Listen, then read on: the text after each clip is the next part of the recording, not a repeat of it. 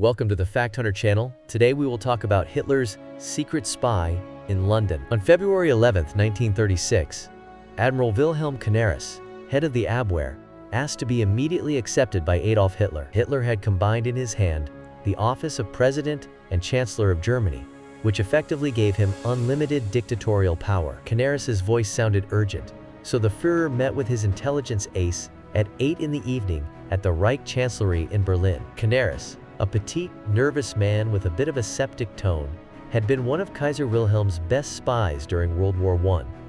Now he had agents in most governments around the world. From his briefcase, Canaris took out a letter marked in French as top secret. He announced that one of his most ingenious operations had just succeeded, getting this document from a high government member in Paris. It was a first-class file, a copy of the minutes of a secret meeting of French and Soviet diplomats at the highest level on a joint armed invasion of Germany with Czechoslovakia, which was to thwart Hitler's plans for the conquest of Europe. After Admiral Canaris left his office, Hitler ordered an immediate report to General Werner von Blomberg, Commander-in-Chief of the Wehrmacht. He ordered him to prepare Operation Schulung, training, so that it could be carried out as soon as possible. Schulung was planned by a team of top army officers. The task envisaged marching out German forces and occupying the Rhineland, a land on the border between France, Belgium, and Germany, which was demilitarized and neutral under the 1925 agreement of the 7 European powers. In order to keep the true intentions toward the Rhineland secret, even from the highest-ranking officers, it was announced that the action was just an exercise, as the codename implied, to give some occupation to the staff. This was the version spread by General Blomberg, even among his confidants. On February 27th, Blomberg met with Hitler and announced that preliminary preparations had been completed. Hitler set X Day for March 7th, just 9 days away. The next day, after returning to headquarters, Blomberg called on General Ludwig Beck, Chief of the General Staff, and General Werner von Fritsch, Commander-in-Chief of the Army. Blomberg shared his revelations with them. The Schulung is not just a maneuver plan, as they were told. Hitler ordered the army to be ready to march out in 6 days. This was to be, Blomberg told his associates, a surprising move. He added that he expected it to be a peaceful operation. Beck and Fritsch were shocked.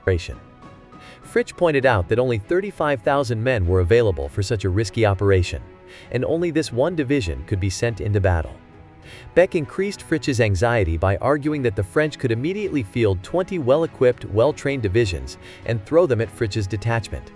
"The French will chop us to pieces," Beck stressed. At that time, alarming signals reached Germany from Abwehr agents transferred to the Rhineland for Hitler's planned operation. The headquarters of the spy network for the Rhineland was located in Munster, a large city east of the Rhine.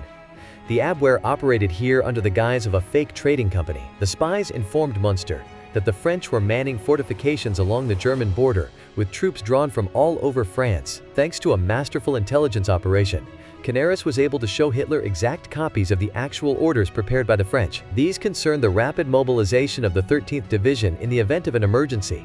The Forschungsamt, the Luftwaffe's electronic listening unit, which had earlier broken French diplomatic ciphers, was constantly intercepting anxious messages sent from Berlin to Paris by André-François Poncet, the French ambassador to Germany. He warned that Hitler intended to occupy the Rhineland. Thus, the Führer's hopes for secrecy were dashed. At the same time, the German military attaché in London was sending disheartening assessments of the mood of the British government to Berlin. One attaché declared, "A good friend of mine in the British War Ministry said that England might become involved in the conflict on the side of France if Hitler dared to capture the Rhineland by force." In Berlin, at a grim meeting of the 3 most senior German commanders, General von Blomberg, aware of intelligence reports that France and Britain would fight, ordered Fritsch and Beck to take countermeasures.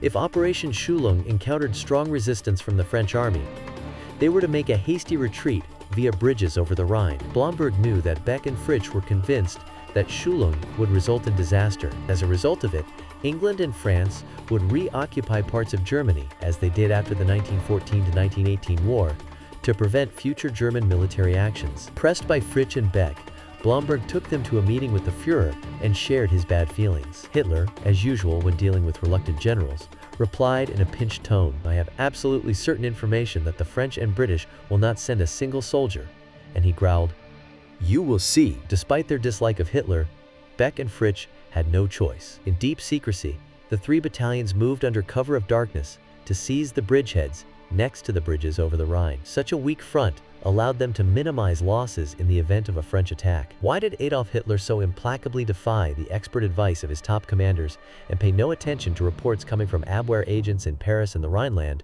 which reported that the French and British would march shoulder to shoulder? The Führer stood firm as he placed an exceptional plug in England without the knowledge of the Abwehr chiefs. His personal, secret spy, the extraordinary agent, received important, irrefutable information from the highest circles. From King Edward VIII himself, the former Prince of Wales, who ascended to the throne after the death of his father, George V, in early 1936. The news contradicted others coming into Berlin. Hitler's secret spy was 55-year-old Leopold Gustav Alexander von Husch, German ambassador to the court of St. James. He was linked by close ties to the royal family. Queen Mary called this courteous, impeccably dressed professional diplomat her favorite foreigner.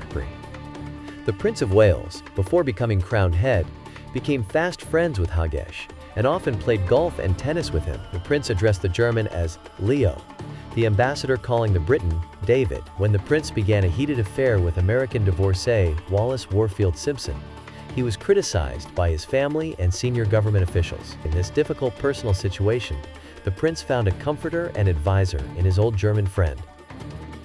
"Leo is my best friend," the heartbroken prince told him. Meanwhile, top foreign ministry officials in Berlin complained a lot. They were opposed to the ambassador's cajoling of the heir to the British Empire's throne. They thought he was not Nazi enough. In the ministry, where it was not known that the diplomat was Hitler's personal spy in England, there was a debate over Hosch's dismissal. One morning,